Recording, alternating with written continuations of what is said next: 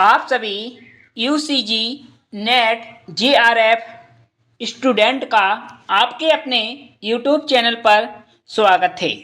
जैसा कि आप सभी लोग हमारे इस वीडियो में देख चुके होंगे, आज के इस वीडियो के माध्यम से हम आप लोगों के लिए यूसीजी नेट जेआरएफ की यूनिट 10 हायर एजुकेशन के ऑब्जेक्टिव क्वेश्चन लेकर आए हैं।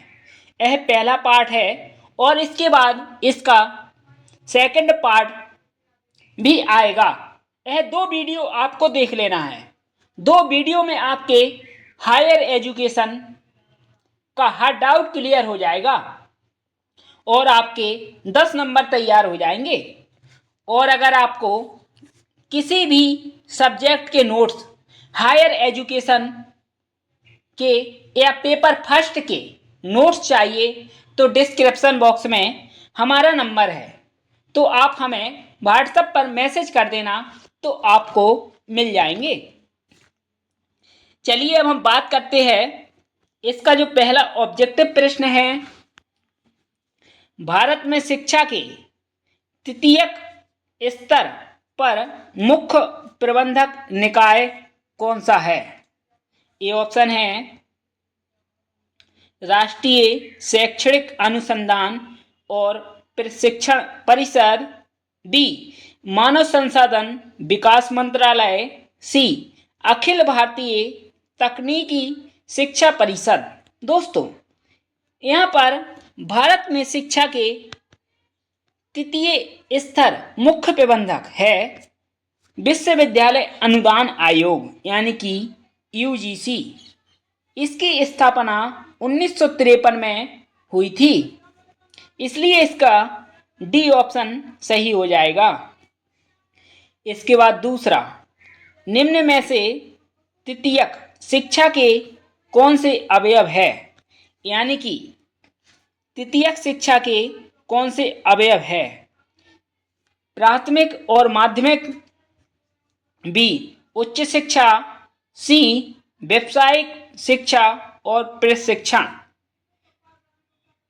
इसका जो बी ऑप्शन है और सी दोनों सही है, इसलिए इसका डी ऑप्शन हो जाएगा, बी और सी।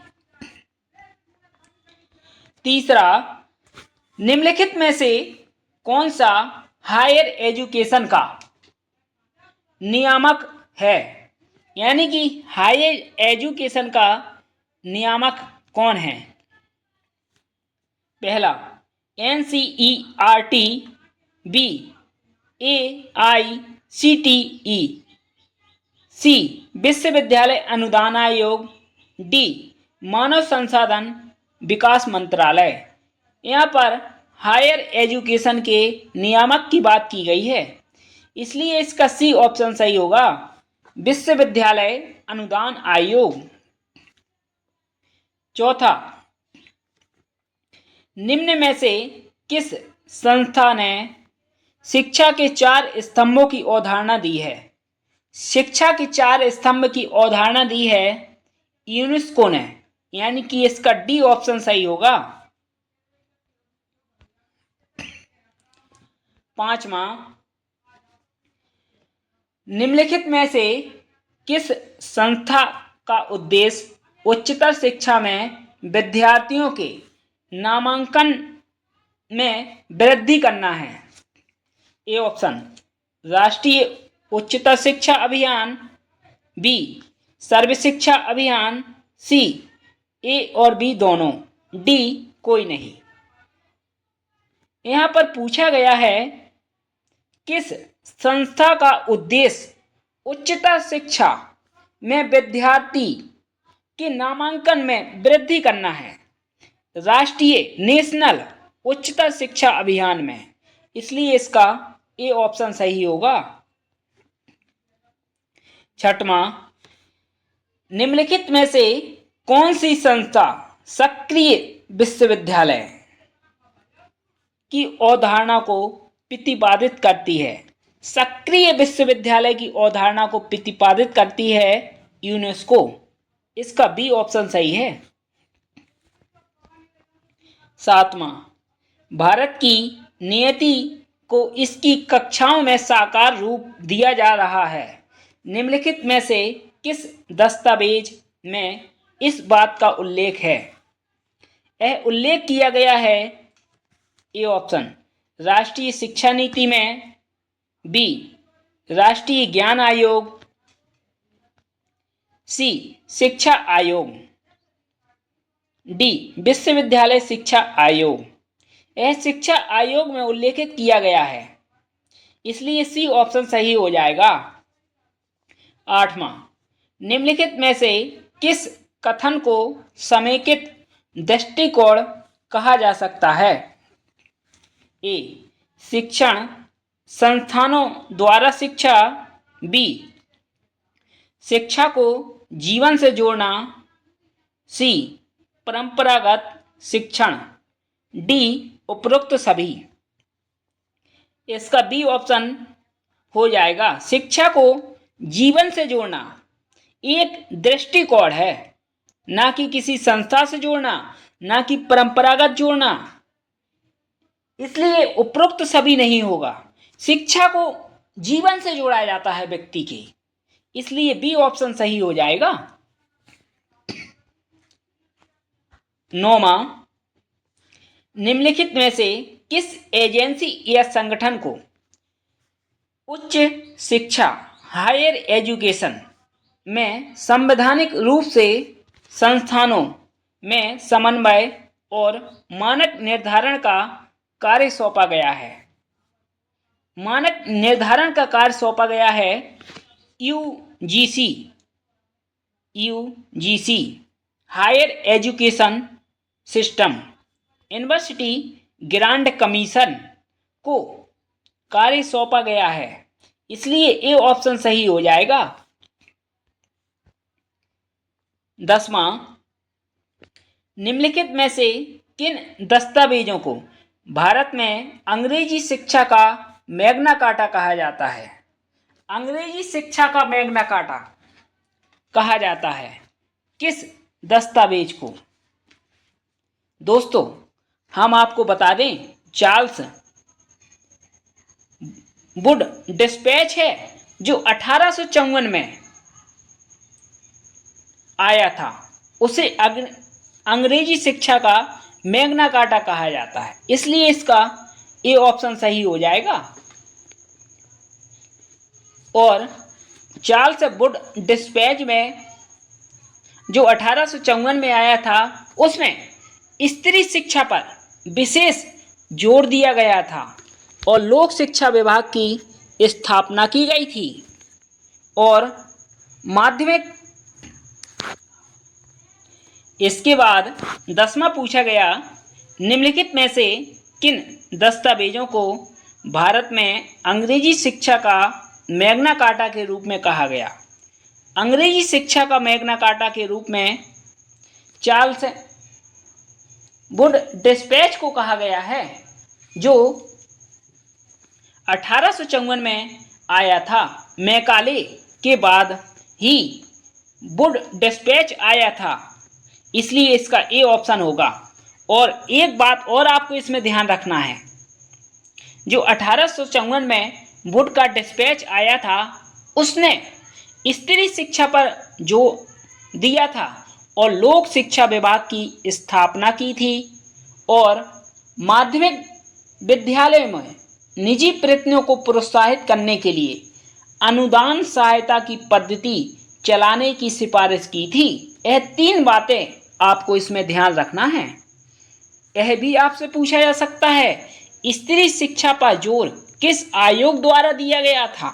तो आपको चार्ल्स वुड डिस्पैच ही लगाना है, ए ऑप्शन होगा आपका। 11, निम्नलिखित में से किस वर्ष में कलकत्ता, बम्बई, मद्रास के प्रेसिडेंसी विश्वविद्यालयों को वुड डिस्पैच की सिफारिश के बाद स्थापित किया गया था? दोस्तों, वुड डिस्पैच आया था 1854 में। ठीक है, वुड का डिस्पैच आया था 1854 में। तो इसलिए 1854 में वुड का डिस्पैच आया और 1857 में कलकत्ता, मुंबई, मद्रास में विश्वविद्यालय के लिए सिफारिश की स्थापना की गई 1857। इसलिए इसका बी ऑप्शन हो जाएगा। 12, निम्नलिखित में से इलाहाबाद विश्वविद्यालय की स्थापना किस वर्ष में की गई? इलाहाबाद विश्वविद्यालय की स्थापना की गई थी, ए ऑप्शन 1887 में, बी 1901 में, 1905 में, डी 1911 में। इलाहाबाद विश्वविद्यालय की स्थापना 1887 में की गई थी, ए ऑप्शन इसका सही है। 13, निम्नलिखित में से कौन सी संस्था वर्ष 1945 में अलीगढ़, बनारस और दिल्ली केंद्रीय विश्वविद्यालयों की कार्यपद्धति को देखने के बाद स्थापित की गई?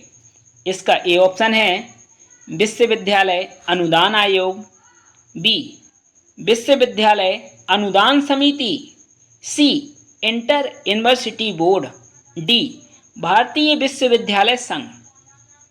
इसका बी ऑप्शन सही होगा, विश्वविद्यालय अनुदान समिति, जिसका गठन 1945 में सर्जेंट आयोग के आधार पर किया गया था। इसलिए यहाँ पर विश्वविद्यालय अनुदान समिति है, इसका आप ध्यान रखें, बी ऑप्शन होगा इसका। 14, भारत में शैक्षणिक विकास पर केंद्रीय शिक्षा सलाहकार बोर्ड की सिफारिश रिपोर्ट को कहाँ जाता है? उसे हम सर्जेंट रिपोर्ट कहते हैं, इसका ए ऑप्शन सही होगा। 15, निम्नलिखित में से किस वर्ष में एल्फिंस्टन रिपोर्ट आई, जिसने अंग्रेजी और यूरोपियन विज्ञान के पाठ्यक्रम के भारतीय स्कूलों में प्रारंभ करने की अनुशंसा की गई? 1823 में आए थे, इसलिए इसका ए ऑप्शन हो जाएगा 1823। इसके बाद 16, इंटर यूनिवर्सिटी बोर्ड वर्ष 1925 में शिक्षा, संस्कृति एवं खेल के क्षेत्र में जानकारी और सहयोग साझा करके विश्वविद्यालय की गतिविधियों को बढ़ावा देने हेतु स्थापित किया गया था। इस बोर्ड को अन्य किस नाम से जाना जाता है? इस बोर्ड को जाना जाता है केंद्रीय शिक्षा सलाहकार बोर्ड के नाम से, इसलिए इसका बी ऑप्शन सही हो जाएगा। 17, निम्नलिखित में से किसे कलकत्ता विश्वविद्यालय आयोग के रूप में जाना जाता है? ए ऑप्शन सैंडलर आयोग, बी कोठारी आयोग, सी हंटर आयोग, डी वुड का डिस्पैच। इसका जो सैंडल आयोग है उसे हम कलकत्ता विश्वविद्यालय आयोग के नाम से भी जानते हैं। यह 1917 में आया था। इसके बाद जो कोठारी आयोग है वह आया था 1964 में और वुड का डिस्पैच आया था 1854 में और हंटर कमीशन 1882 में आया था। इसका ए ऑप्शन सही होगा, सैंडल आयोग। 18, निम्नलिखित में से किसको उच्च शिक्षा के बारे में पहली नीति के रूप में माना जाता है? इसका ए ऑप्शन है वुड का डिस्पैच, बी मैकाले, सी एल्फिंस्टन रिपोर्ट, डी इनमें से कोई नहीं। इसका सी ऑप्शन सही हो जाएगा, एल्फिंस्टन रिपोर्ट। एल्फिंस्टन रिपोर्ट है उच्च शिक्षा की वर्तमान प्रणाली 1823 के एल्फिंस्टन से मिलती जुलती है, जिसमें अंग्रेजी और यूरोपीय विज्ञान पढ़ाने के लिए विद्यालयों की स्थापना पर बल दिया गया और उच्च शिक्षा प्रथम नीति के रूप में माना गया। इसे हम एल्फिंस्टन रिपोर्ट कहते हैं, इसलिए सी ऑप्शन हो जाएगा। 19 निम्नलिखित में से कौन सा आयोग 10 प्लस 2 प्लस 3 के लिए एक अग्रगामी माना जाता है? 10 प्लस 2 प्लस 3 के लिए अग्रगामी माना जाता है सेंडल आयोग, यानी कि इसका ए ऑप्शन सही होगा। सेंडल आयोग 1917 में आया था। 20 निम्नलिखित में से किस आयोग की रिपोर्ट को शिक्षा और राष्ट्रीय विकास रिपोर्ट के रूप में जाना जाता है? ए राधाकृष्णन आयोग को, कोठारी आयोग को, सी मुदालियर आयोग को, डी इनमें से कोई नहीं। राष्ट्रीय विकास रिपोर्ट के रूप में कोठारी आयोग को जाना जाता है। 1964 में कोठारी आयोग आया था। माध्यमिक स्तर पर स्थानीय भाषाओं में शिक्षण प्रोत्साहन दिया था 1964 में कोठारी ने, इसलिए इसका बी ऑप्शन हो जाएगा। 21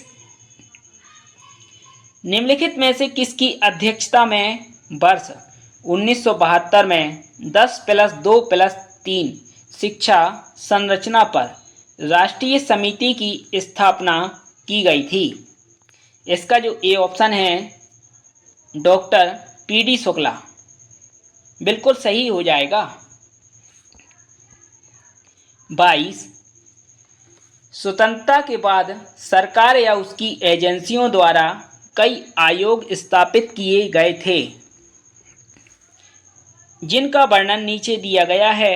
इन आयोगों को उनके स्थापित किए जाने के पहले क्रम में लिखिए। पहले विश्वविद्यालय शिक्षा आयोग आया था, फिर उसके बाद माध्यमिक शिक्षा आयोग आया था, फिर शिक्षा आयोग, यानी कि पहला, दूसरा, तीसरा सी ऑप्शन में है, इसलिए सी ऑप्शन सही हो जाएगा। 23 निम्नलिखित में से किस समिति ने यूजीसी द्वारा प्रत्येक वर्ष बुनियादी विज्ञान के क्षेत्र में अनुसंधान पर 500 करोड़ रुपए खर्च करने की सिफारिश की थी? 500 करोड़ रुपए खर्च करने की सिफारिश की थी। उनका नाम है एम शर्मा समिति, यानी कि इसका ए ऑप्शन हो जाएगा। 24 मानव संसाधन विकास मंत्रालय द्वारा स्थापित की गई समिति में भारतीय प्रौद्योगिकी संस्थानों की स्वायत्तता की अनुशंसा की गई, स्वसहायता की अनुशंसा की गई। निम्नलिखित में से कौन से विख्यात व्यक्ति इस समिति के अध्यक्ष थे? इसका जो ए ऑप्शन है प्रोफेसर अनिल काकोदकर इस समिति के अध्यक्ष थे, ए ऑप्शन हो जाएगा। 25 निम्नलिखित में से राष्ट्रीय ज्ञान आयोग की स्थापना किस विख्यात व्यक्ति की अध्यक्षता में की गई? राष्ट्रीय ज्ञान आयोग 2002 में आया था और सोम पित्रोदा द्वारा इसकी स्थापना की गई, सी ऑप्शन सही है। 26 वर्ष 1990 में राष्ट्रीय शिक्षा नीति की समीक्षा करने के लिए एक समिति की स्थापना की गई, जिसका शीर्षक एक प्रबुद्ध और मानवीय समाज की ओर था। निम्नलिखित में से कौन सा व्यक्तित्व इस समिति का अध्यक्ष था? इसका ए ऑप्शन है आचार्य राममूर्ति, बी प्रोफेसर यशपाल, सी प्रोफेसर मुरली मनोहर जोशी, डी कोई नहीं। इस समिति के अध्यक्ष थे 1990 में आचार्य राममूर्ति। ये ऑप्शन सही हो जाएगा। 27, निम्नलिखित में से कौन सी समिति ने राष्ट्रीय उच्च शिक्षा एवं अनुसंधान आयोग की स्थापना की अनुशंसा की, जो कि उच्च शिक्षक संस्थानों में अकादमिक गुणवत्ता और ज्ञानवर्धन के लिए सुझाव देगा? इसका जो बी ऑप्शन है प्रोफेसर यशपाल समिति, बी ऑप्शन सही हो जाएगा। 28, हाल ही के वर्षों में एक समिति ने सिफारिश की कि देश में 1500 विश्वविद्यालय स्थापित होने चाहिए ताकि 30% के सकल नामांकन के उद्देश्य को प्राप्त किया जा सके। राष्ट्रीय ज्ञान आयोग समिति की स्थापना किसने की थी? अगर आपको यह पता है तो आपसे इस प्रश्न का उत्तर बन जाएगा। सैम पित्रोदा ने, यानी कि इसका बी ऑप्शन सही है। इसके बाद 29, कोठारी आयोग और राष्ट्रीय नीति द्वारा शिक्षा पर कौन सा प्रतिशत आंकड़ा खर्च किए जाने की सिफारिश की गई?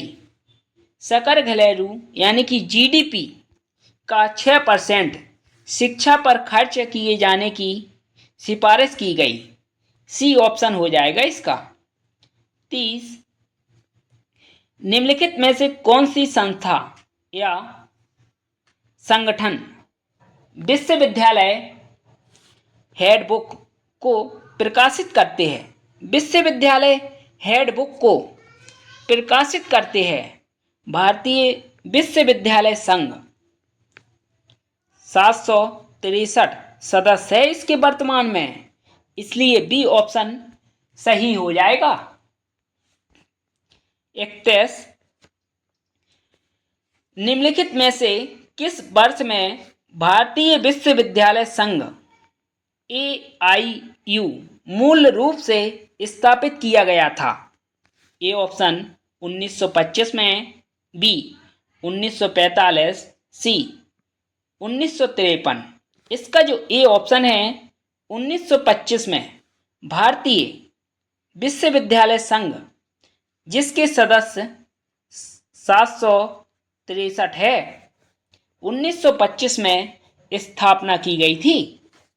ए ऑप्शन हो जाएगा। 32, विश्वविद्यालय अनुदान आयोग से भी पहले विश्वविद्यालय अनुदान समिति का गठन सार्जेंट कमीशन की अनुशंसा के अनुसार किया गया। इसकी स्थापना किस वर्ष में की गई थी? इसकी स्थापना की गई थी 1945 में, यानी कि जो सार्जेंट कमीशन है 1945 में आया था, लेकिन इस कमीशन की स्थापना 1945 में हुई थी। इसके बाद 33, निम्नलिखित में से किस आयोग ने यूजीसी की स्थापना की सिफारिश की और यह विश्वविद्यालय शिक्षा आयोग के रूप में जाना जाता है? 1948 में राधाकृष्णन ने यूजीसी की स्थापना की और इसे विश्वविद्यालय शिक्षा आयोग के रूप में जाना जाता है। इसका ए ऑप्शन हो जाएगा। राधाकृष्णन आयोग 1948 में आया था। 34, निम्नलिखित में से किस वर्ष में सरकार ने संसदीय अधिनियम द्वारा विश्वविद्यालय अनुदान आयोग की स्थापना की? विश्वविद्यालय अनुदान आयोग की स्थापना 1953 में की गई थी, यानी कि इसका सी ऑप्शन हो जाएगा। 35, निम्नलिखित में से किस महापुरुष द्वारा बनारस हिंदू विश्वविद्यालय की स्थापना की गई थी? बनारस हिंदू विश्वविद्यालय की स्थापना किसके द्वारा की गई थी? ए ऑप्शन है लाला लाजपत राय, बी पंडित मदन मोहन मालवीय, सी महात्मा गांधी, डी ज्योतिबा फुले। ना तो महात्मा गांधी है और ना ही ज्योतिबा फुले, ना ही लाला लाजपत राय है। इसका बी ऑप्शन केवल सही है, क्योंकि मदन मोहन मालवीय ने बनारस हिंदू विश्वविद्यालय की स्थापना की थी। इसके बाद 36, निम्नलिखित में से यूजीसी अधिनियम की कौन सी धारा विश्वविद्यालय शिक्षा के समन्वय और शिक्षण, परीक्षण और अनुसंधान के मानकों के अनुसरण के बारे में है? ए ऑप्शन धारा 12, बी 15, सी 25, डी 28। आप बताइए इसका ऑप्शन कमेंट बॉक्स में। अगर आप लोगों ने तैयारी की है, इसकी अगर थ्योरी पढ़ी है अच्छे से, तो आपसे इस प्रश्न का उत्तर बन जाएगा। नहीं तो हम आपको बता ही देंगे कमेंट बॉक्स में, और इशारों में भी हमने आपको इसका बता दिया है कौन सा सही है। 37, निम्नलिखित में से किस राज्य में सबसे अधिक केंद्रीय विश्वविद्यालय है? यानी कि ऐसा कौन सा राज्य है जिसमें सबसे ज़्यादा केंद्रीय विश्वविद्यालय है?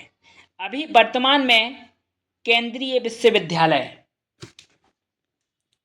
नई दिल्ली में है, जिनकी संख्या वर्तमान में 7 है, इसलिए ए ऑप्शन हो जाएगा। 38, निम्न में से कौन सा विकल्प विश्वविद्यालय को अस्तित्व में लाने के लिए सशक्त नहीं है? ए राज्य सरकार, बी केंद्र सरकार, सी यूजीसी, डी कोई नहीं। यानी कि इनमें से कौन सा विकल्प है जो विश्वविद्यालय यूनिवर्सिटी को अस्तित्व में लाने के लिए पूर्णता सशक्त नहीं है? यूजीसी सशक्त नहीं है, राज्य सरकार या केंद्र सरकार होगी। यहाँ पर लेकिन नहीं शब्द आया है, इसलिए सी ऑप्शन हो जाएगा इसका। 39, निम्नलिखित में से कितने विश्वविद्यालय केंद्रीय विश्वविद्यालय अधिनियम 2009 के अंतर्गत स्थापित किए गए हैं? इनकी संख्या 16 है, इसका बी ऑप्शन सही हो जाएगा। 40, निम्नलिखित में से विश्वविद्यालयों के किस वर्गीकरण के अंतर्गत सबसे अधिक विश्वविद्यालय आते हैं? यानी कि विश्वविद्यालयों का वर्गीकरण हुआ था, सबसे अधिक विश्वविद्यालय किस विश्वविद्यालय के अंतर्गत आते हैं? पहला केंद्रीय विश्वविद्यालय, बी राज्य विश्वविद्यालय, सी ड्रीम यूनिवर्सिटी, डी निजी यानी कि प्राइवेट यूनिवर्सिटी। आप बताइए राज्य स्टेट यूनिवर्सिटी के अंतर्गत ही सबसे अधिक विश्वविद्यालय आते हैं, इसलिए ए ऑप्शन नहीं होगा, ना ही सी होगा, ना ही डी होगा। इसका केवल बी ऑप्शन होगा, राज्य विश्वविद्यालय।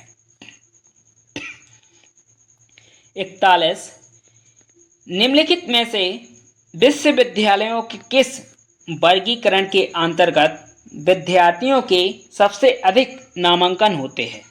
सबसे अधिक नामांकन होते हैं राज्य विश्वविद्यालय, यानी कि इसका भी बी ऑप्शन है। यह दोनों बिल्कुल समान हैं। आप देख लीजिए 40 और 41 बिल्कुल एक से है। अगर आपसे 40 बन गया तो 41 में कोई भी कंफ्यूजन नहीं होगी। इसके बाद 42, निम्नलिखित में से कौन से विश्वविद्यालय अपने केंद्रीय परिसर में ही शिक्षा प्रदान करते हैं, यानी कि ऐसे कौन से विश्वविद्यालय हैं जो अपने केंद्रीय परिसर में शिक्षा प्रदान करते हैं, उन्हें हम ड्रीम यूनिवर्सिटी यानी कि मानित विश्वविद्यालय कहते हैं। इसका बी ऑप्शन सही होगा।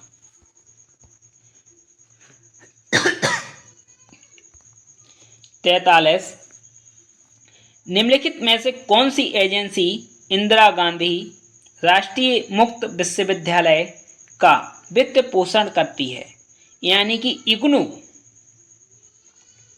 मानव संसाधन विकास मंत्रालय, इसका बी ऑप्शन सही होगा। 44, निम्नलिखित में से कौन सा विश्वविद्यालय स्वयं के चैनल के माध्यम से इंटरएक्टिव शिक्षा कार्यक्रमों का प्रसारण करता है, उसे भी हम इंदिरा गांधी राष्ट्रीय मुक्त विश्वविद्यालय यानी कि इग्नू कहते हैं। इसका भी बी ऑप्शन हो जाएगा। 45, निम्नलिखित में से कौन से राज्य में सबसे अधिक विश्वविद्यालय है। आज वर्तमान में 6 फरवरी 2023 का जो डाटा है, 2024 का डाटा भी हम देख सकते हैं। राजस्थान में सबसे ज़्यादा विश्वविद्यालय है, इसलिए इसका सी ऑप्शन हो जाएगा। और उत्तर प्रदेश सेकंड नंबर पर है जिसमें 55 हैं।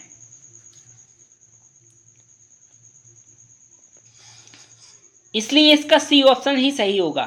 जब आपका पेपर हो, एक बार वेबसाइट पर सर्च कर लें कि वर्तमान में कितने निजी कॉलेज है, कितने प्राइवेट कॉलेज है, और कितने ड्रीम यूनिवर्सिटी है और कितनी केंद्रीय यूनिवर्सिटी है, क्योंकि यह डाटा प्रत्येक वर्ष चेंज होता रहता है, घटता बढ़ता रहता है। इसलिए इस प्रश्न का ऑप्शन हो सकता है अभी राजस्थान है। अगर आप 1 साल बाद यह वीडियो देख रहे हो तो उत्तर प्रदेश हो जाए। इसलिए आपको अपडेट रहना है करंट के साथ। यह करंट का प्रश्न है। 46, निम्नलिखित में से कौन से राज्य में सबसे अधिक मानित विश्वविद्यालय है, यानी कि ड्रीम यूनिवर्सिटी कौन से राज्य में है। यह सबसे ज़्यादा है तमिलनाडु में 29, पूरे भारत में है 124, केवल तमिलनाडु में 29 है, और महाराष्ट्र में 21 है, आंध्र प्रदेश में 7 और कर्नाटक में 15। इसलिए सबसे ज़्यादा तमिलनाडु में है। इसका ए ऑप्शन हो जाएगा। 47, राष्ट्रीय महत्व के संस्थान। हायर एजुकेशन में ऐसे संस्थान होते हैं जो कि किसी राज्य या क्षेत्र में छात्रों को विशिष्ट कौशल प्रदान करने के लिए महत्वपूर्ण भूमिका निभाते हैं। निम्नलिखित में से उनको यह प्रतिष्ठित स्थान कौन सा प्रदान करता है। ए, विश्वविद्यालय अनुदान आयोग, बी, संसद का अधिनियम, सी, अखिल भारतीय तकनीकी शिक्षा परिषद, डी, उपरोक्त सभी। दोस्तों आप बताइए कौन सा होगा, क्योंकि संसद का अधिनियम है वही प्रदान करता है, इसलिए बी ऑप्शन सही हो जाएगा। 48, अधिगम राष्ट्रमंडल केवल ऐसी सरकारी राष्ट्रमंडल एजेंसी है जो कि ब्रिटेन के बाहर स्थित है। निम्नलिखित में से यह कहाँ पर स्थित है। यह स्थित है वैंकूवर कनाडा में। इसका सी ऑप्शन हो जाएगा।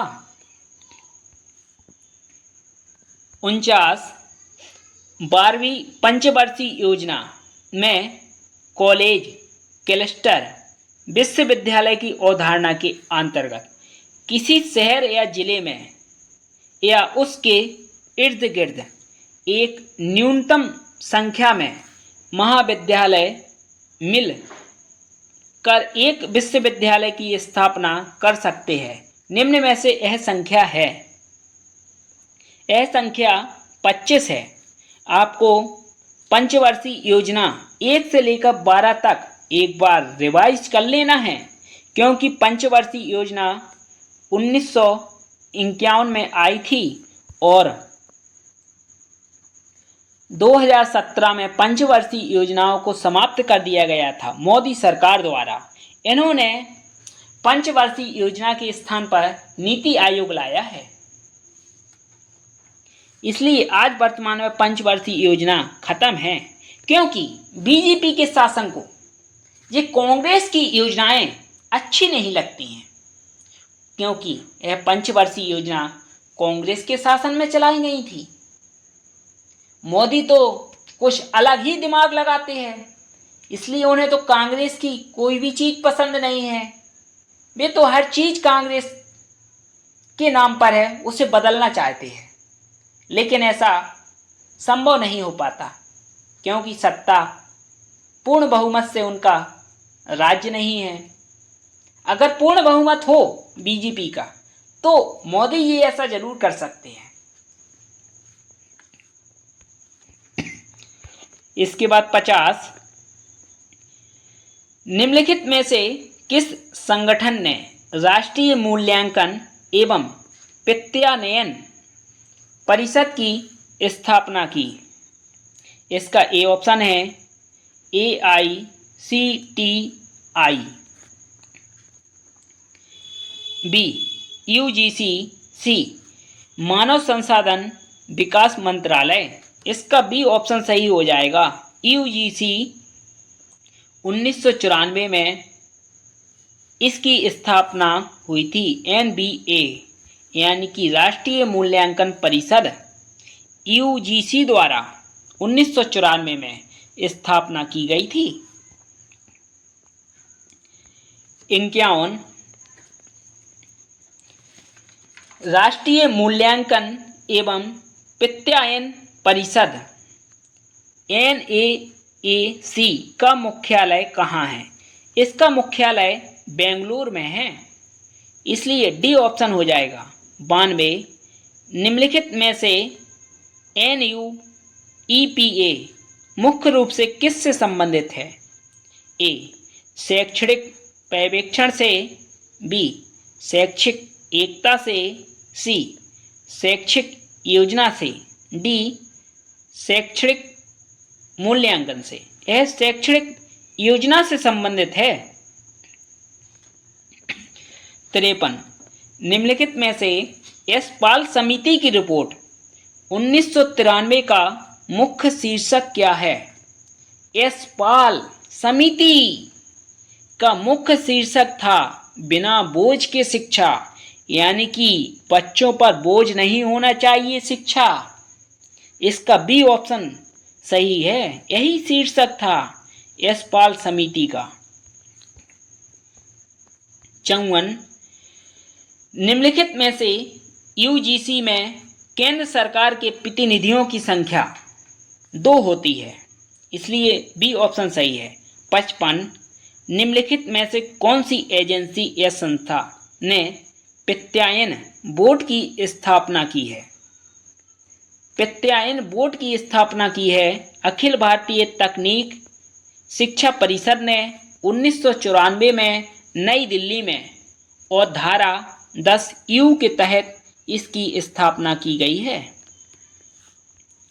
56 निम्नलिखित में से किस संस्था द्वारा राष्ट्रीय वित्तीयन बोर्ड वर्ष 1987 में स्थापित किया गया? 1987 में स्थापित किया गया AICITI, यानी कि इसका ए ऑप्शन सही हो जाएगा। 57, निम्नलिखित में से किस वर्ष में राष्ट्रीय शिक्षा नीति को संशोधित किया गया और इसके साथ कार्य योजना को भी संलग्न किया गया था? इसका 1992 है, जो डी ऑप्शन बिल्कुल सही होगा।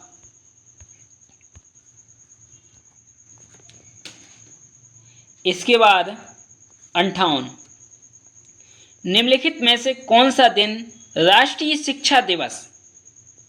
शिक्षक दिवस तो 5 सितंबर को मनाया जाता है, लेकिन यहाँ पर राष्ट्रीय शिक्षा दिवस पूछा गया है, जो मनाया जाता है 11 नवंबर को। इस बात को आपको ध्यान रखना है, ना कि 5 सितंबर लगाना है। 11 नवंबर इसका सही ऑप्शन होगा सी। 59, निम्नलिखित में से राष्ट्रीय शिक्षा नीति का मुख्य उद्देश्य क्या है? राष्ट्रीय शिक्षा नीति का मुख्य उद्देश्य है शिक्षा की समीक्षा करना, ना कि शिक्षा का व्यवसाय करना। इसका सी ऑप्शन बिल्कुल सही है। 60, 12वीं पंचवर्षीय योजना के विजन पेपर के अनुसार उच्च शिक्षा में विज्ञान और प्रौद्योगिकी के क्षेत्र में लक्षित कर्मचारियों की कितनी संख्या उल्लेखित की गई? कर्मचारियों की संख्या उल्लेखित की गई 15 स्टूडेंट पर एक टीचर होगा। 12वीं पंचवर्षीय योजना में उल्लेखित की गई थी, इसलिए बी ऑप्शन होगा।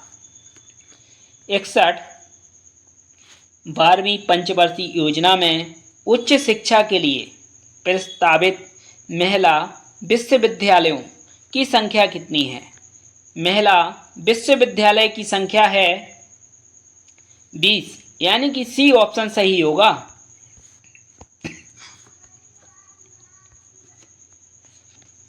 42, कुछ अल्प अवधि कार्यक्रमों के अलावा शिक्षकों के प्रशिक्षण के लिए अकादमिक स्टाफ कॉलेजों की स्थापना की गई, जो कि मूल रूप से प्रस्तुत करते हैं। ए ऑप्शन विषय विशेष रिफ्रेशर कोर्स, बी सामान्य उन्मुखीकरण कार्यक्रम, सी ए और बी दोनों। इसका सी ऑप्शन हो जाएगा। ए भी है और बी भी है, इसलिए सी ऑप्शन सही है इसका। 63, निम्नलिखित में से ऐसी कौन सी समिति है जो स्वतंत्रता के बाद भारत सरकार द्वारा महिलाओं की शिक्षा के लिए गठित की गई? महिलाओं की शिक्षा के लिए गठित की गई समिति है ए ऑप्शन राधाकृष्णन आयोग, बी मुदालियर आयोग, सी प्रकाश समिति, डी दुर्गाबाई देशमुख समिति। इसका सी ऑप्शन सही हो जाएगा, श्री प्रकाश समिति। 64, निम्नलिखित में से संविधान का कौन सा अनुच्छेद अल्पसंख्यक वर्ग को अपनी पसंद के संस्थानों को स्थापित करने एवं उनके प्रशासन के लिए अधिकारों का वर्णन करता है? अनुच्छेद 29 और 30 में अल्पसंख्यक वर्ग की बारे में बात की गई है। यहाँ पर आर्टिकल 29 तो है नहीं, केवल आर्टिकल 30 एक है। आप उसी को टिक कर दीजिए, आपका गलत नहीं होगा। इसलिए इसका सी ऑप्शन सही हो जाएगा। अनुच्छेद 30 एक में है बात कही गई है। इसके बाद 65, निम्नलिखित में से कौन से वर्ष में राष्ट्रीय अल्पसंख्यक शिक्षण संस्थान आयोग स्थापित किया गया था? यानी कि कौन से वर्ष में राष्ट्रीय अल्पसंख्यक शिक्षण संस्थान आयोग की स्थापना की गई थी? 2004। इसका सी ऑप्शन हो जाएगा। 66, निम्नलिखित में से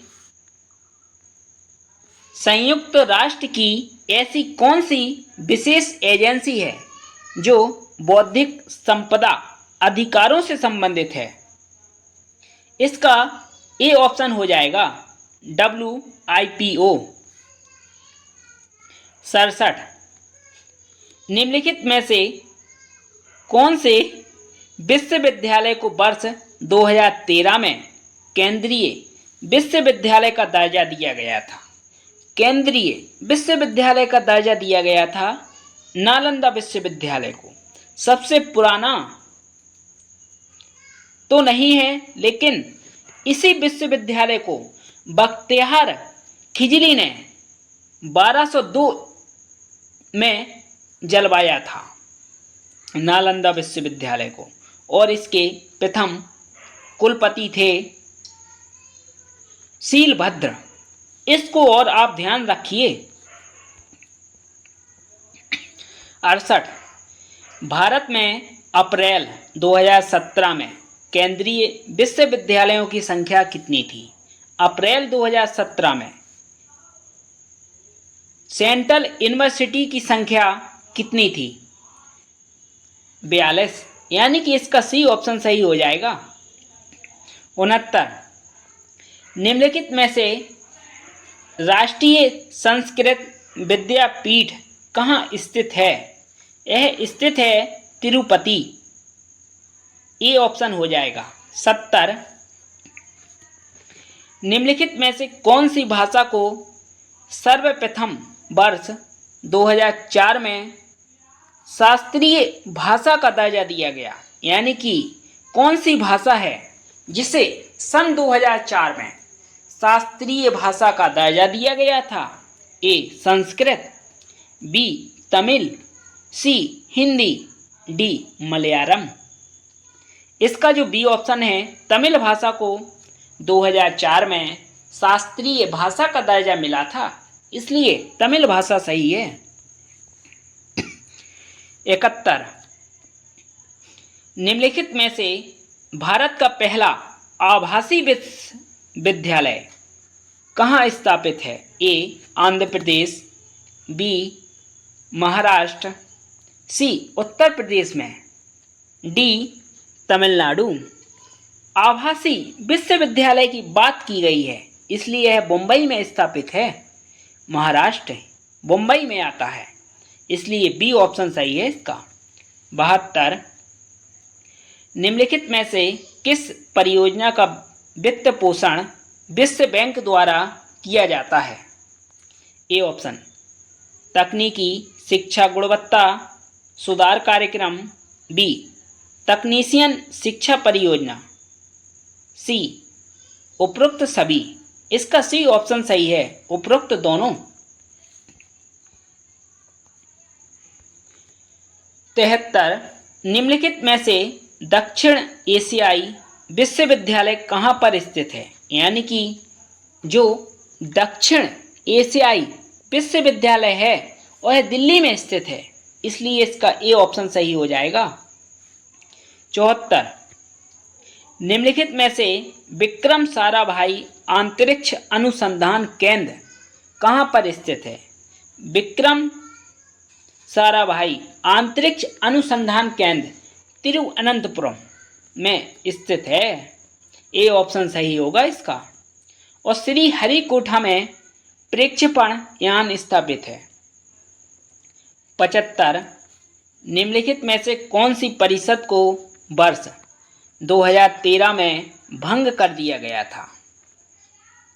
दूरस्थ शिक्षा परिषद यानी कि DEC को 2013 में भंग कर दिया गया था। ए ऑप्शन सही है। 76, निम्नलिखित में से कोशिकीय और आणविक जीव विज्ञान केंद्र कहाँ पर स्थित है? यह स्थित है हैदराबाद में। 77, निम्नलिखित में से किस संवैधानिक संशोधन के अंतर्गत शिक्षा को समवर्ती सूची में स्थानांतरित किया गया? 42वें संविधान संशोधन द्वारा। ए ऑप्शन हो जाएगा। 78, निम्नलिखित में से यूजीसी के संकाय सुधार कार्यक्रम का मुख्य उद्देश्य क्या है? ए ऑप्शन अतिरिक्त शिक्षकों की नियुक्ति करना, बी संकाय को अनुसंधान उन्मुख बनाना, सी भौतिक आधारित संरचना में सुधार। इनमें से कोई नहीं है, इसलिए डी ऑप्शन इसका होगा, कोई नहीं। 79 निम्नलिखित में से महात्मा गांधी अंतर्राष्ट्रीय हिंदी विश्वविद्यालय कहाँ पर है? महात्मा गांधी, दोस्तों महात्मा गांधी से आप पकड़ सकते हो वर्धा में स्थित है, ना कि पोरबंदर में। तो महात्मा गांधी का जन्म हुआ था, पोरबंदर गुजरात में आता है, लेकिन महात्मा गांधी अंतर्राष्ट्रीय हिंदी विश्वविद्यालय वर्धा में स्थित है। 1997 में इसकी स्थापना की गई थी। 80 निम्नलिखित में से किस वर्ष में केंद्रीय शिक्षा सलाहकार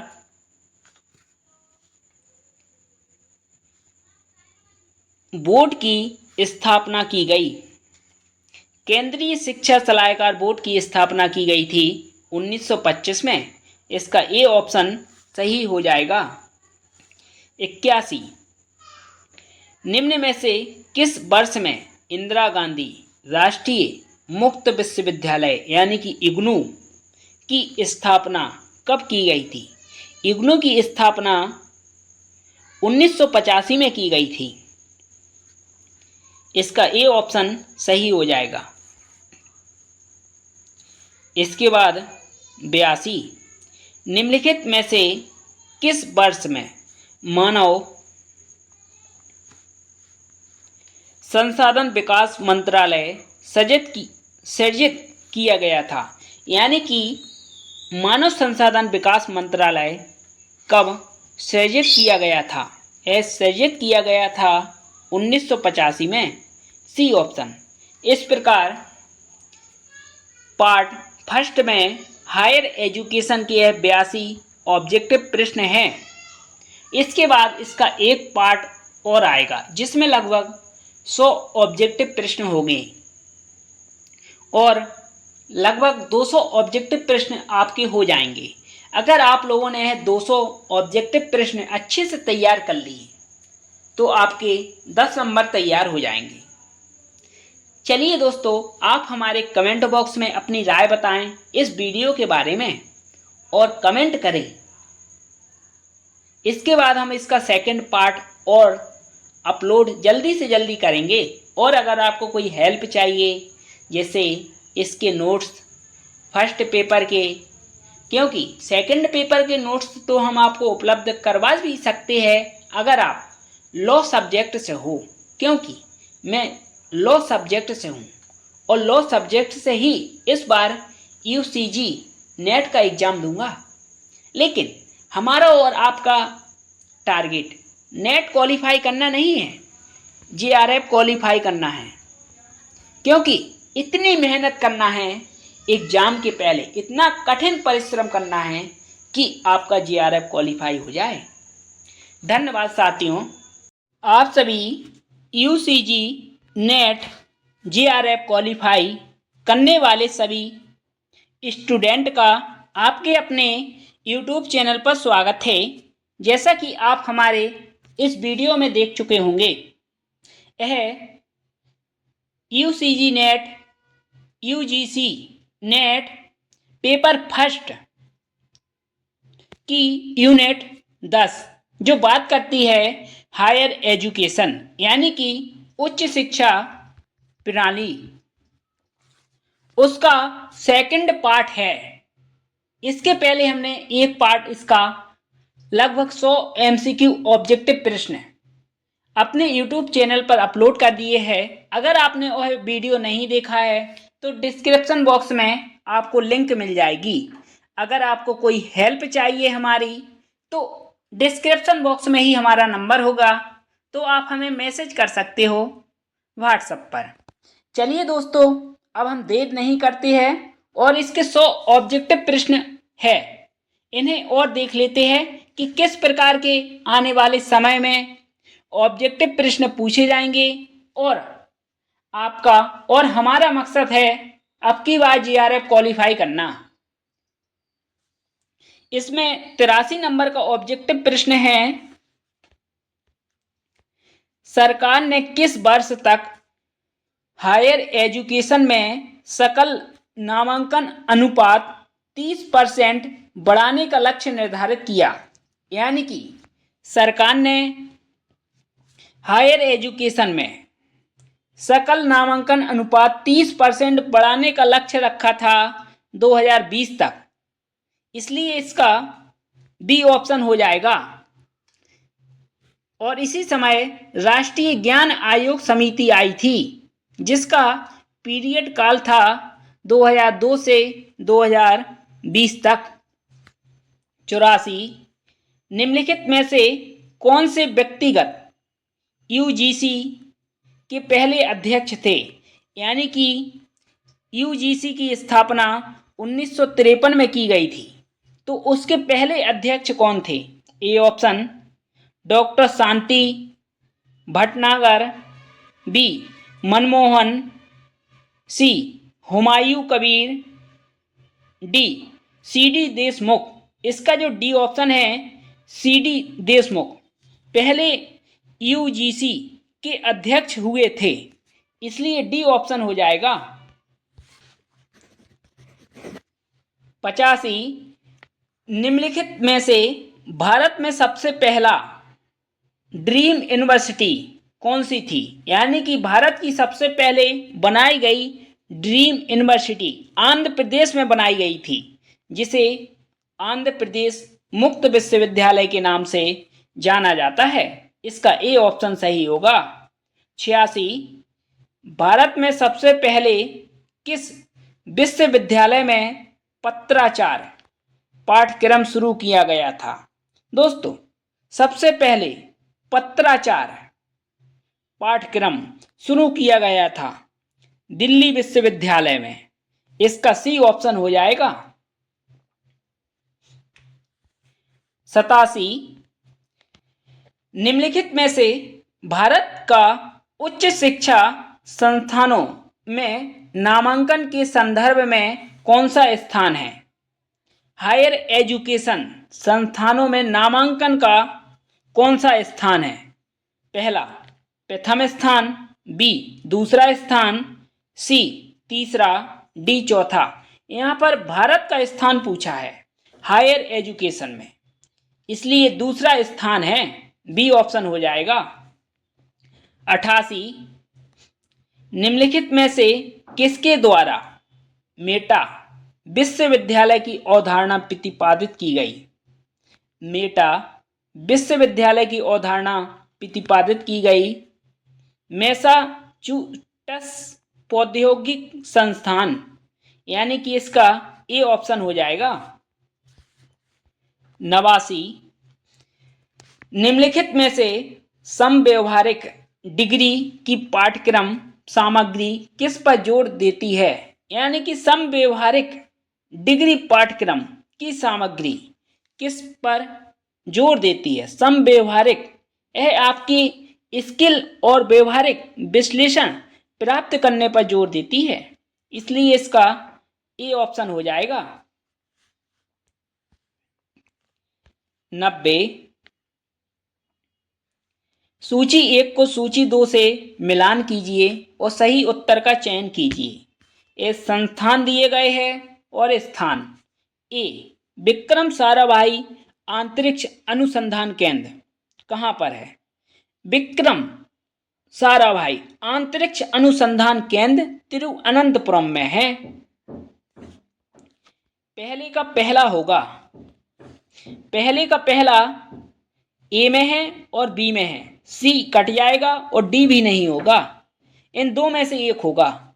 इसके बाद बी कोशिकीय और आणविक जीव विज्ञान केंद्र भी हैदराबाद में है, दूसरे का दूसरा, यानी कि इसका ए ऑप्शन हो जाएगा। सी का 3 और डी का नई दिल्ली। ए ऑप्शन सही है। इस प्रकार आपको इस मेथड एलिमिनेशन ऑप्शन का प्रयोग करके अपने ऑप्शन को सही करना है।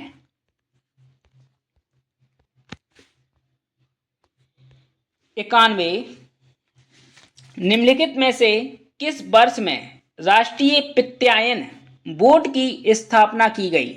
राष्ट्रीय वित्तायन बोर्ड की स्थापना की गई थी। A option 1991, B 1994, C 2001, D 2005। राष्ट्रीय वित्तायन बोर्ड की स्थापना दिल्ली में 1994 में की गई थी। इसका बी ऑप्शन सही हो जाएगा। 42 92 अलीगढ़ मुस्लिम विश्वविद्यालय किस वर्ष स्थापित किया गया था? अलीगढ़ 1875 में स्थापित किया गया था। इसका भी बी ऑप्शन सही है। 93 निम्नलिखित में से कौन से व्यक्ति है जो स्वतंत्र भारत के पहले शिक्षा मंत्री रह चुके हैं? स्वतंत्र भारत के पहले शिक्षा मंत्री अबुल कलाम आजाद रह चुके हैं। इसका ए ऑप्शन सही है। 94 निम्नलिखित में से ऐसा कौन सा सैटेलाइट चैनल है जो 26 जनवरी 2003 को भारत में दूरस्थ शिक्षा की तकनीकी विकास के लिए शुरू किया गया था? ए एकलव्य, बी द्रोणाचार्य, सी ज्ञान दर्शन, डी ज्ञानवाणी। इसका ए ऑप्शन सही हो जाएगा, एकलव्य। 95 निम्नलिखित में से कौन सा संस्थान मानव संसाधन विकास मंत्रालय द्वारा स्थापित किया गया है? यानी कि ऐसा कौन सा संस्थान है जो मानव संसाधन विकास मंत्रालय द्वारा स्थापित किया गया है?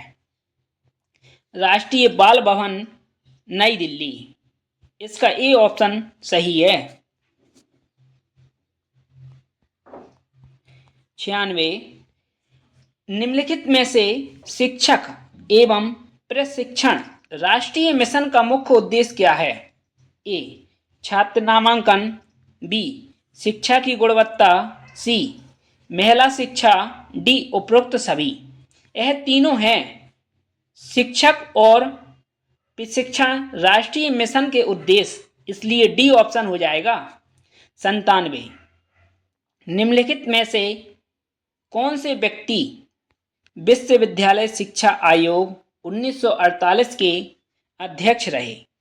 यानी कि विश्वविद्यालय शिक्षा आयोग 1948 के कौन अध्यक्ष रहा?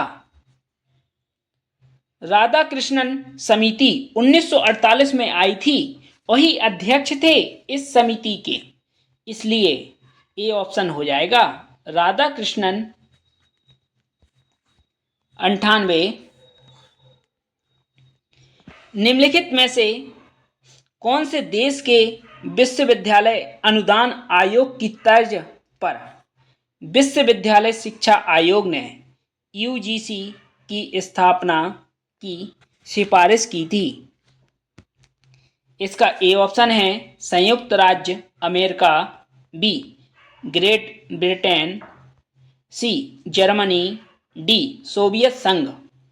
इसका बी ऑप्शन सही हो जाएगा, ग्रेट ब्रिटेन। 99 निम्नलिखित में से कौन सी एजेंसी या संस्था ने शैक्षणिक अनुसंधान और प्रदर्शन के आधार पर रैंकिंग संस्थानों के लिए भारत शिक्षा सूचकांक की शुरुआत की? यानी कि रैंकिंग की शुरुआत किस संस्था द्वारा की गई थी? यह की गई थी नेक द्वारा, NAAC।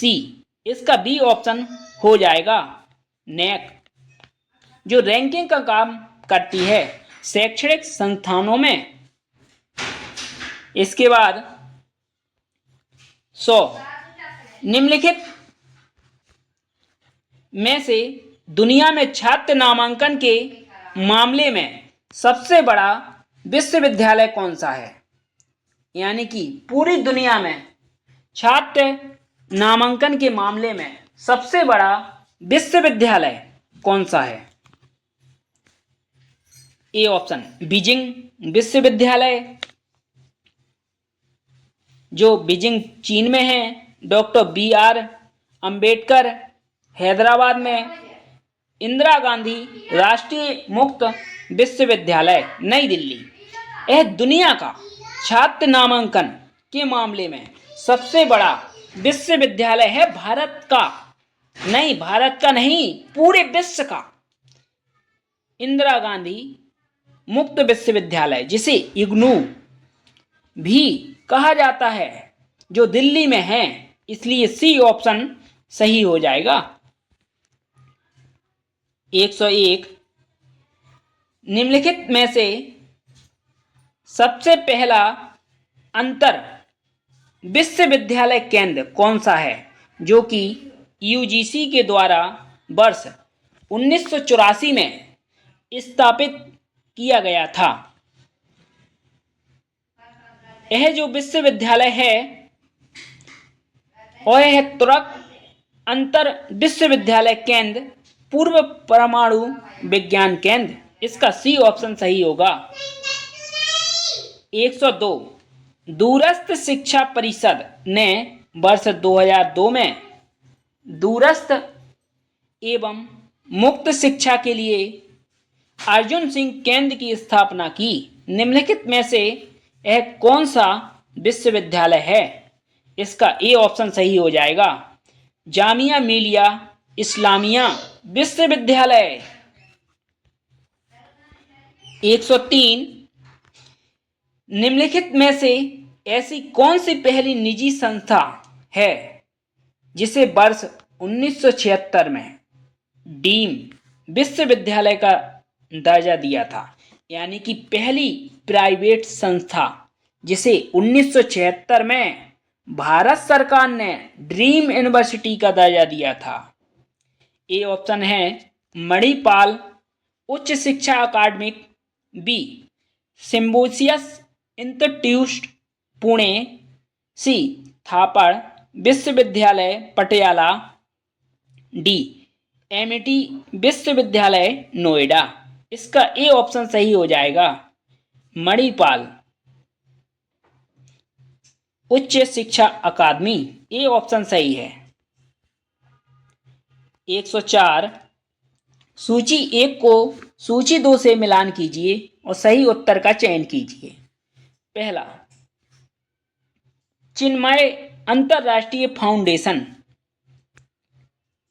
एर्नाकुलम हरियाणा में स्थित है। चिन्मय अंतरराष्ट्रीय फाउंडेशन, यानी कि ए का चौथा केवल ए ऑप्शन में है, इसलिए आपका ए ऑप्शन सही हो जाएगा।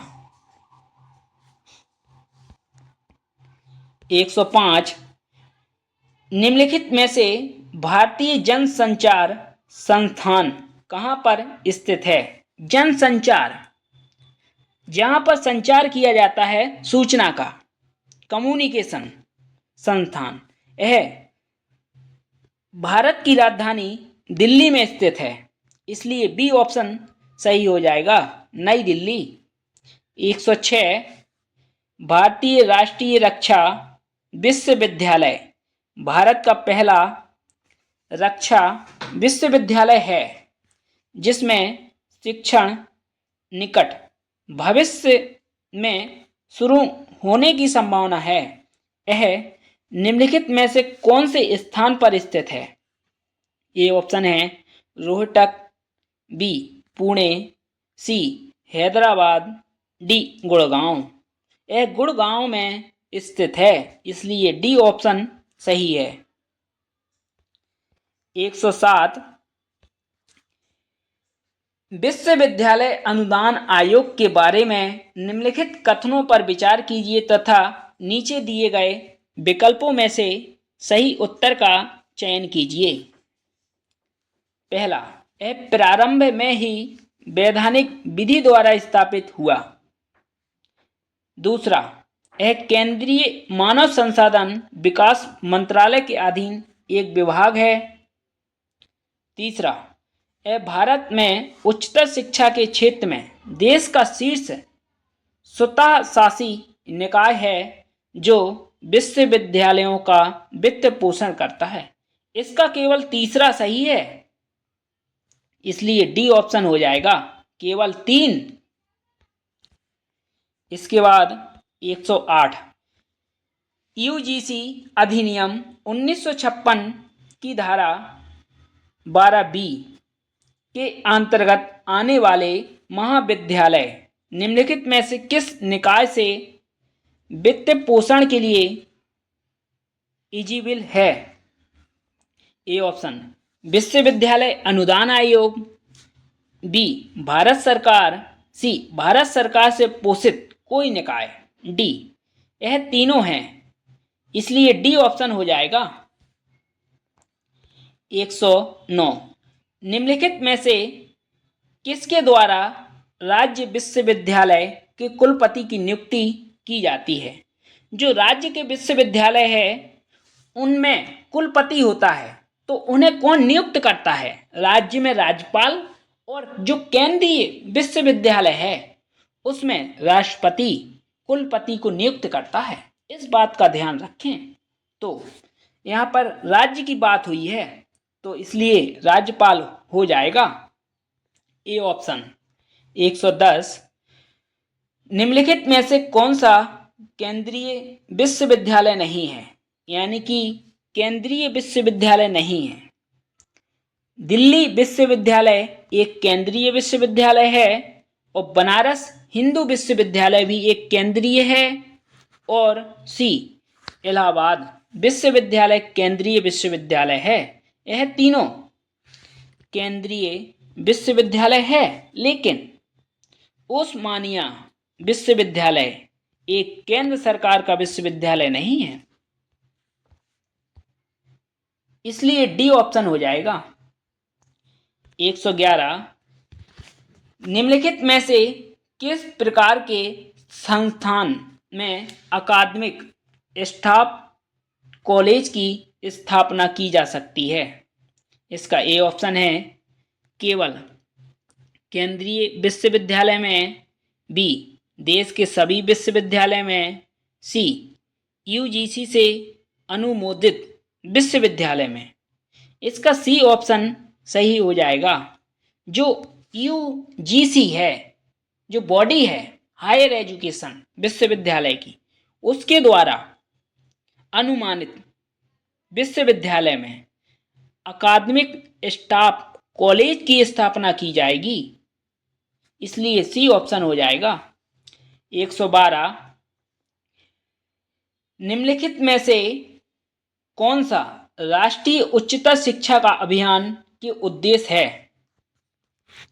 ए ऑप्शन वर्तमान में स्वायत्त महाविद्यालयों का विद्यालयों में उन्नयन करना, बी महाविद्यालयों को क्लस्टर विश्वविद्यालय में रूपांतरित करना, सी विश्वविद्यालयों के बुनियादी ढांचे के लिए अनुदान।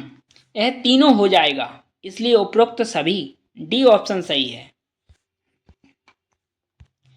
113 मई 2016 में किसकी अध्यक्षता में नई शिक्षा नीति के विकास के लिए एक समिति ने अपनी रिपोर्ट सौंपी? नई शिक्षा नीति 2016 में TSR सुब्रमण्यम ने अपनी रिपोर्ट सौंपी, इसका ए ऑप्शन हो जाएगा। अगर यहाँ पर 2019 होता, विकास की बात किसने की, तो यहाँ पर बी ऑप्शन हो जाता, कस्तूरी रंगन समिति, इसलिए यहाँ पर ए ऑप्शन सही है।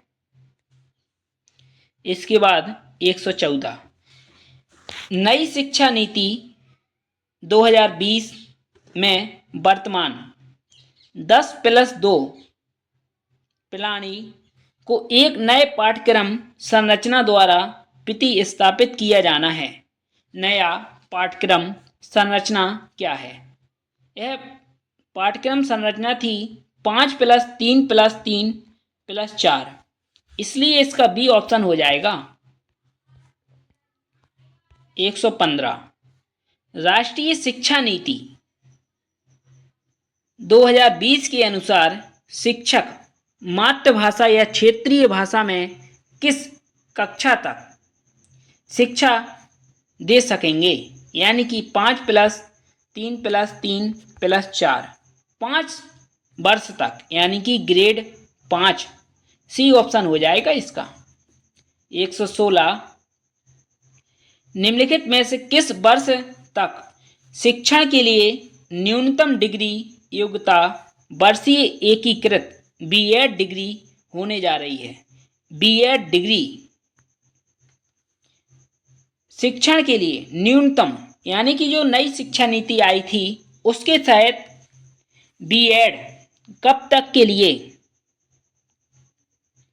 वर्षीय डिग्री एकीकृत के रूप में होनी जा रही है, 2030 तक, इसलिए डी ऑप्शन इसका हो जाएगा। 117 निम्नलिखित में से कौन से व्यक्ति जून 2017 में नवगठित प्रारूपण नई शिक्षा नीति 2020 के अध्यक्ष थे। इसमें दोस्तों यहाँ पर पूछा गया है 2020 के अध्यक्ष थे नई शिक्षा नीति के अनुसार। ए ऑप्शन है वसुंधरा कामत, बी डॉक्टर के कस्तूरी रंगन, सी के जे अल्फांसो, डी रामशंकर कुरेल। इसका जो सही ऑप्शन है बी ऑप्शन हो जाएगा, डॉक्टर के कस्तूरी रंगन। 118 राष्ट्रीय शिक्षा नीति 2020 के अनुसार उच्च शिक्षा यानी कि हायर एजुकेशन में वर्ष 2035 तक सकल नामांकन अनुपात कितने प्रतिशत बढ़ाया जाएगा? इसे बढ़ाया जाएगा 50%, लक्ष्य रखा गया है 2035 तक, इसलिए डी ऑप्शन सही है। 119 एक मजबूत अनुसंधान संस्कृति को बढ़ावा देने और नई शिक्षा नीति 2020 के अनुसार हायर एजुकेशन में अनुसंधान क्षमता के निर्माण के लिए एक सर्वोच्च निकाय के रूप में किस संस्थान को स्थापित किया जाएगा? नेशनल रिसर्च फाउंडेशन की स्थापना की जाएगी। इसका सी ऑप्शन सही हो जाएगा।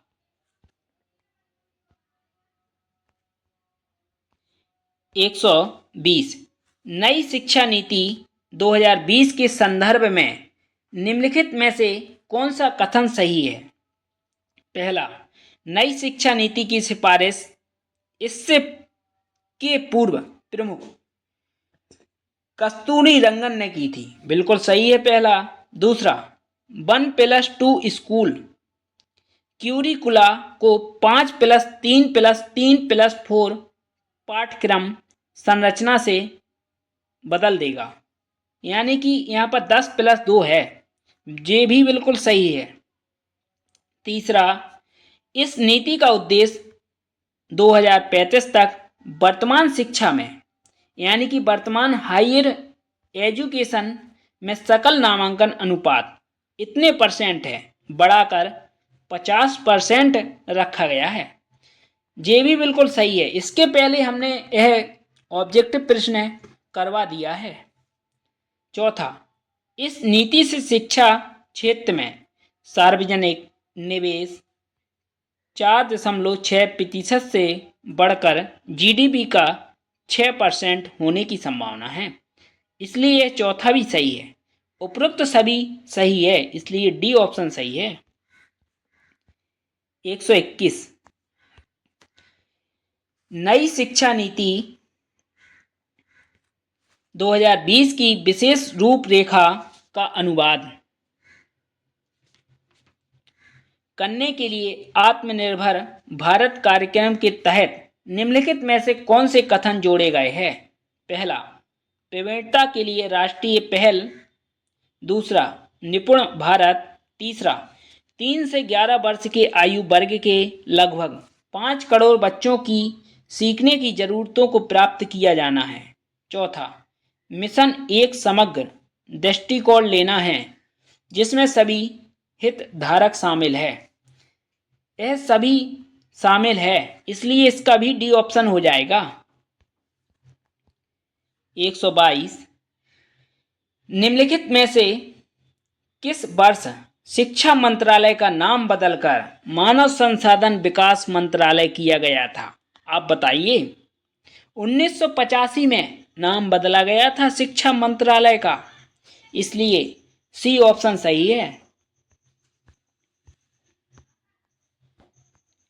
123, निम्नलिखित में से कौन सी एजेंसी का लक्ष्य सीखने की आवश्यकता के अनुसार अधिक व्यक्तिगत बनाने और अनुकूलित करने के लिए कृत्रिम बुद्धिमत्ता का उपयोग करना, जो बेहतर शिक्षण अनुभव के लिए एडटेक कंपनियों के साथ राष्ट्रीय गठबंधन बनाने का भी प्रस्ताव करता है? इसका सी ऑप्शन सही है। प्रौद्योगिकी के लिए राष्ट्रीय शैक्षणिक गठबंधन। 124, नई यूजी शिक्षा धारा में कई प्रविष्टि और निकास विकल्पों के संबंध में निम्नलिखित में से कौन सी एजेंसी सही ढंग से मेल नहीं खाती है? 5 वर्षों के बाद अनुसंधान के साथ स्नातक। इसका डी ऑप्शन हो जाएगा। 125, 8 वर्ष की आयु तक के बच्चों के लिए प्रारंभिक बचपन देखभाल और शिक्षा के लिए राष्ट्रीय पाठ्यक्रम और शैक्षणिक ढांचा किस संगठन द्वारा विकसित किया गया? A option NITI Aayog. B NCERT। C AICTE। D NCTE। यह विकसित किया गया था NCERT। इसका ए ऑप्शन सही हो जाएगा। 126, नई शिक्षा नीति 2020 के अनुसार राष्ट्रीय एकीकरण शिक्षा समिति की स्थापना की जाएगी। स्कूलों में व्यावसायिक शिक्षा किस ग्रेड से शुरू होगी, जिसमें इंटर्नशिप भी शामिल होगी?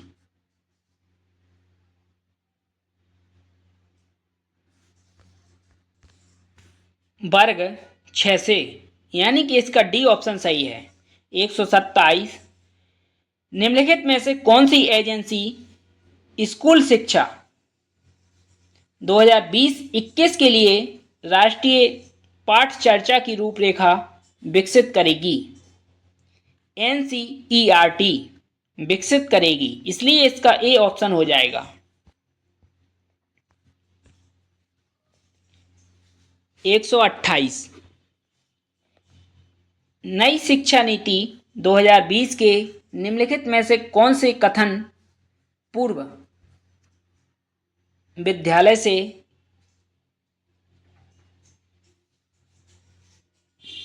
माध्यमिक स्तर तक शिक्षा के सार्वभौमिकरण के लिए लागू किए जाने हैं?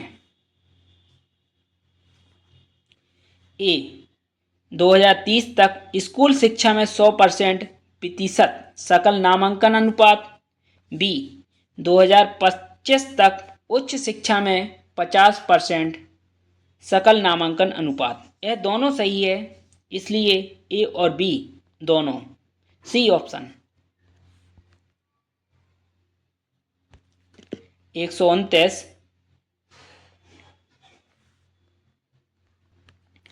नई शिक्षा नीति 2020 राष्ट्रीय मूल्यांकन केंद्र परख को एक मानक सेटिंग निकाय के रूप में स्थापित किया जाएगा।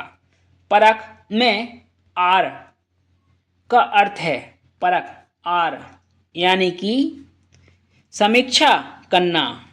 सी ऑप्शन हो जाएगा, किसी चीज की समीक्षा करना। 130 नई शिक्षा नीति 2020 में उल्लेखित एनपीएसटी के लिए प्रस्तावित पत्र में पी का क्या अर्थ है? पी यानी कि पेशेवर, नाम से स्पष्ट है पेशेवर, इसलिए बी ऑप्शन हो जाएगा। 131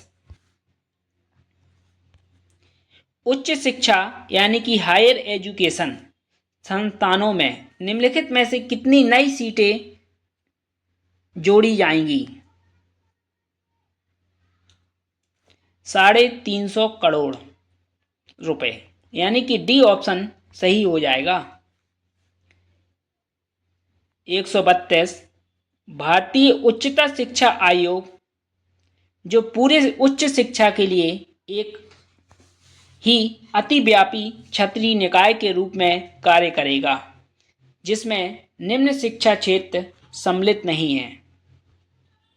पहला, चिकित्सा और कानूनी शिक्षा क्षेत्र को सम्मिलित नहीं किया गया है। इंजीनियरिंग और प्रबंधन शामिल है, लेकिन यहाँ पर चिकित्सा है, इसलिए ए ऑप्शन हो जाएगा। यह दोनों क्षेत्रों को शामिल नहीं किया गया है। 133 कितने वर्षों में महाविद्यालयों की चरणबद्ध संबद्धता को समाप्त किए जाने की संभावना है? 15 वर्षों में। 134 निम्न में से छड़ड का पूर्ण रूप क्या है?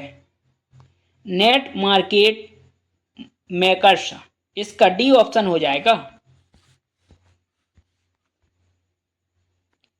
135 निम्नलिखित में से किस वर्ष में राष्ट्रीय साक्षरता प्रारंभ स्थापित किया गया? A option 1996, B 1988, C 1999, D 2000। राष्ट्रीय साक्षरता प्रारंभ की गई थी 1988 में, बी ऑप्शन। 136 निम्नलिखित में से राष्ट्रीय अध्यापक शिक्षा परिषद का मुख्य उद्देश्य क्या है?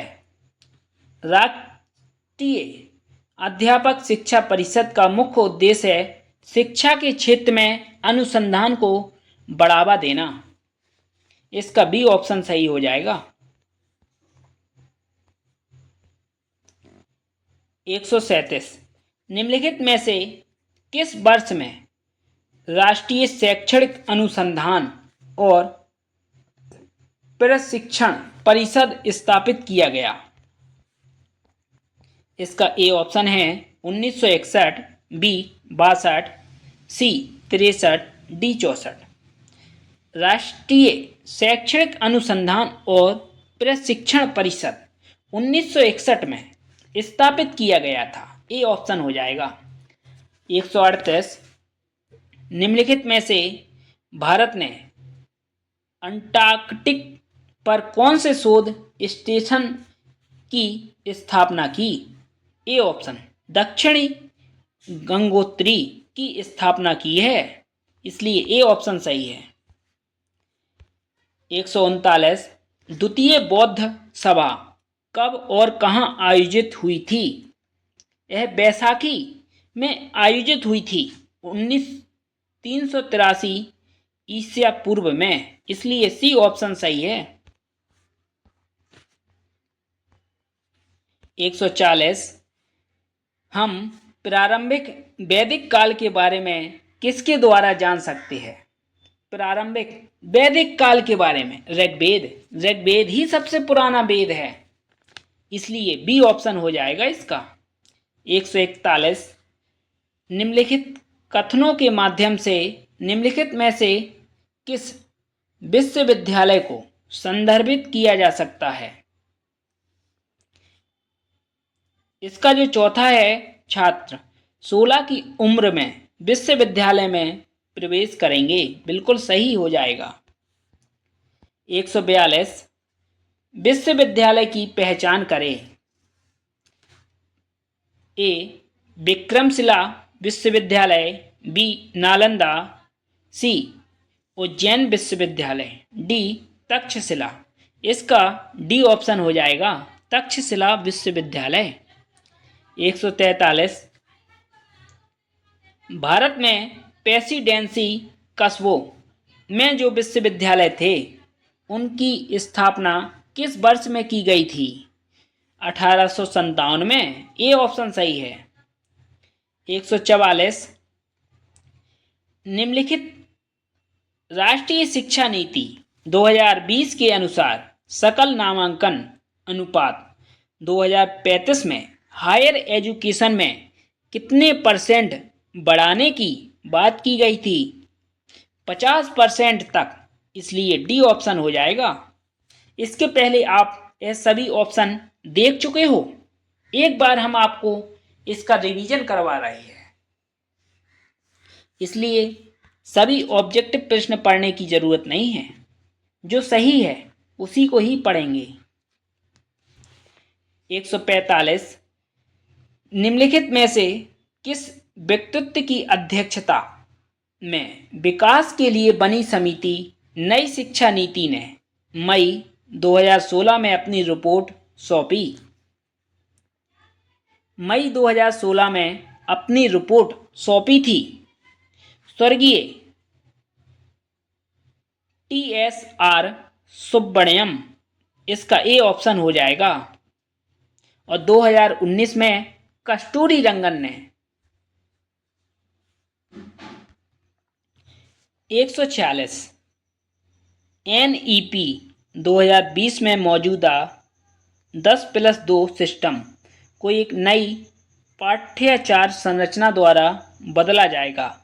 नई पाठ्याचार संरचना है 5+3+3+4, इसलिए बी ऑप्शन हो जाएगा।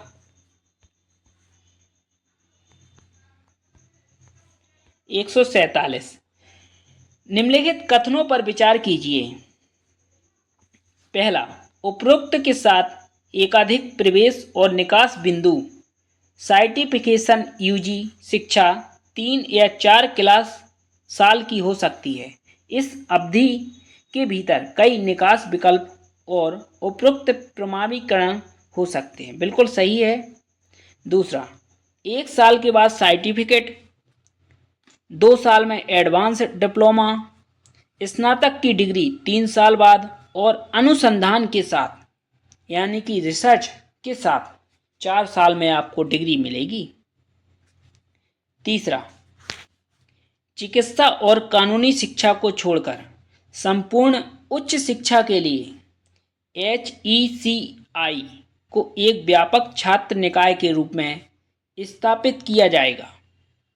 चौथा, परामर्श के लिए एक राष्ट्रीय मिशन की स्थापना की जाएगी जिसमें उत्कृष्ट वरिष्ठ सेवानिवृत्त संकाय होगा। उपरोक्त में से कथन नई शिक्षा नीति 2020 के संदर्भ में सत्य है। यह चारों सत्य है, इसलिए डी ऑप्शन हो जाएगा, उपरोक्त सभी।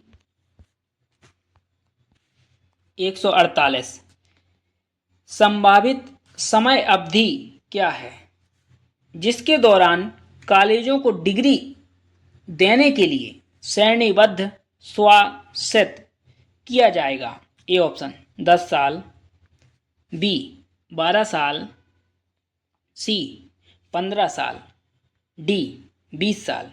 15 साल है, इसलिए सी ऑप्शन सही होगा। 149 निम्नलिखित में से कौन सी नई शिक्षा नीति 2020 का मुख्य उद्देश्य रहा है? ए शिक्षा का स्थानीयकरण। ए ऑप्शन नहीं हो सकता क्योंकि शिक्षा का स्थानीयकरण नहीं रहा है उद्देश्य नई शिक्षा नीति का। बी सीट्स रेटेड वैश्विक विश्वविद्यालयों को सुविधा दी जाएगी कि वे भारत आए और शीर्ष भारतीय संस्थानों को वैश्विक होने के लिए प्रोत्साहित किया जाएगा। बिल्कुल सही है बी। सी, शिक्षा का सार्वभौमिकरण। यह दोनों हैं, इसलिए डी ऑप्शन हो जाएगा, बी और सी। 150, चिकित्सा और कानूनी शिक्षा को छोड़कर, यानी कि चिकित्सा और कानूनी शिक्षा को शामिल नहीं किया गया। संपूर्ण उच्चतर शिक्षा के लिए भारतीय हायर एजुकेशन आयोग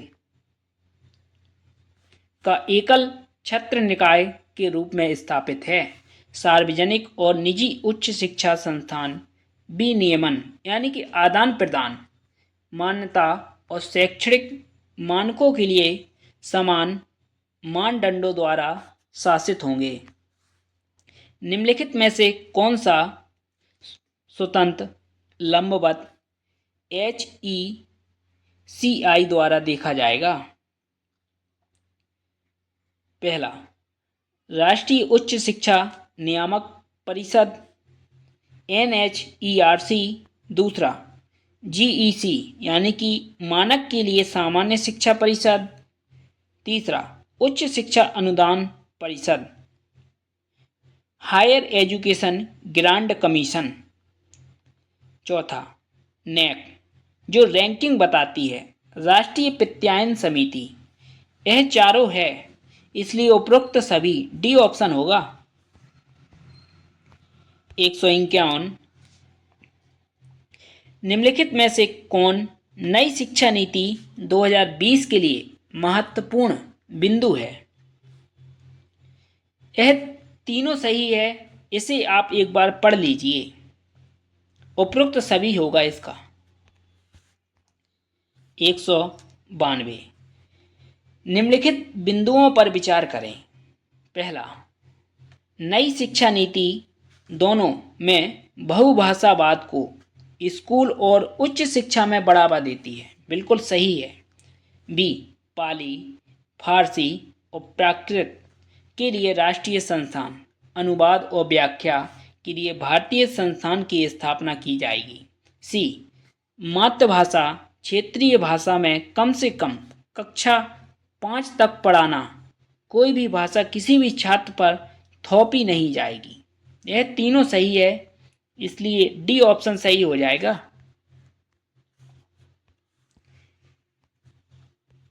153, निम्नलिखित में से कौन सी औपचारिक पहल नई शिक्षा नीति में की जा रही है जिसमें शिक्षार्थी का आकलन हो सके?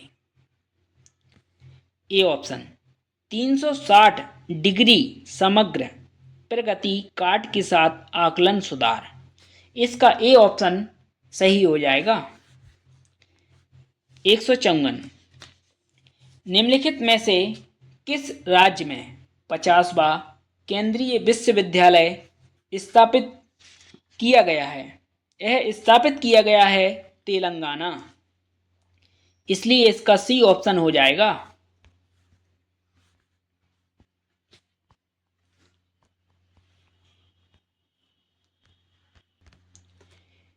155, इंस्टीट्यूट यानी कि इंस्टीट्यूट ऑफ एमिनेशन के रूप में चयनित संस्थानों के संदर्भ में निम्नलिखित में से कौन सा कथन लागू होता है?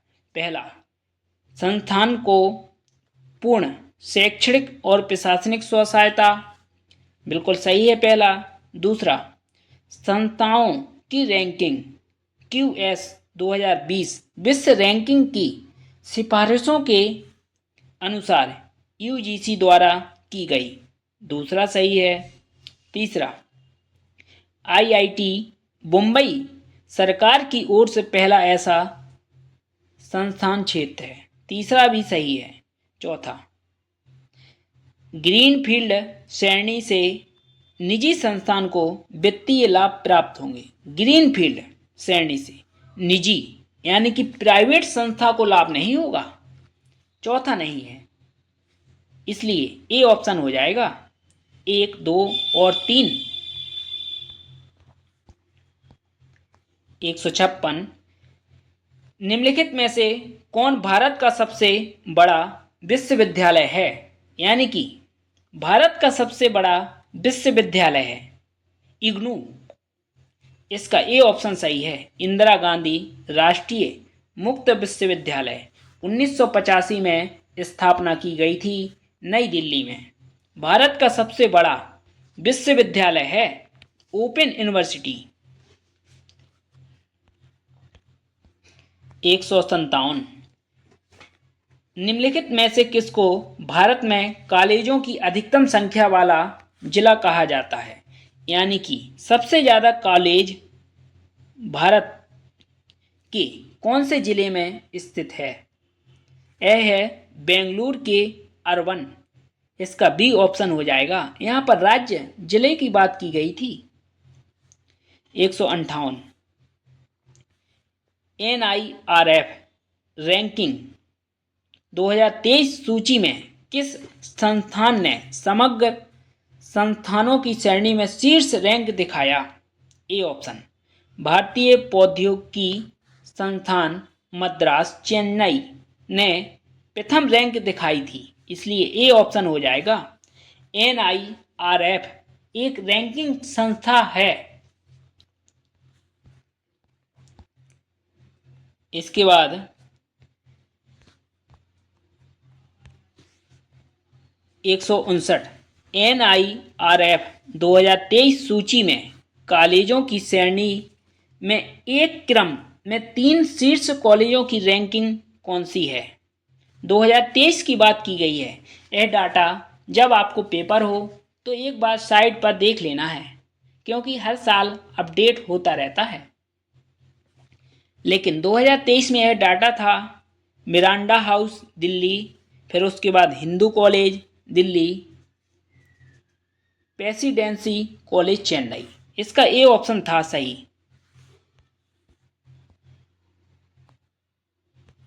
160। NIRF 2023 सूची में विश्वविद्यालयों की श्रेणी में एक क्रम में 3 शीर्ष विश्वविद्यालयों की रैंकिंग कौन सी है? पहला भारतीय विज्ञान संस्थान बेंगलुरु, जवाहरलाल नेहरू विश्वविद्यालय दिल्ली, जामिया मिलिया इस्लामिया नई दिल्ली। इसका ए ऑप्शन सही था। 161। NIRF 2023 सूची में शीर्ष शोध संस्थान की रैंकिंग कौन सी है? सबसे शीर्ष यानी कि जो रिसर्च अनुसंधान है सबसे शीर्ष में था बेंगलुरु, यानी कि भारतीय विज्ञान संस्थान बेंगलुरु। बी ऑप्शन इसका सही था। 162। NIRF 2023 सूची में शीर्ष प्रबंधन संस्थान की रैंकिंग कौन सी थी? भारतीय प्रबंधन संस्थान अहमदाबाद। इसका ए ऑप्शन सही था। इस प्रकार हायर एजुकेशन से 162 ऑब्जेक्टिव प्रश्न बनते हैं। अगर आपने यह देख ली तो आपका JRF जरूर क्वालिफाई होगा। और अगर आपको कोई सहायता चाहिए या नोट्स PDF चाहिए तो आप हमें व्हाट्सएप पर मैसेज कर सकते हो और अपनी राय बताएं इस वीडियो के बारे में।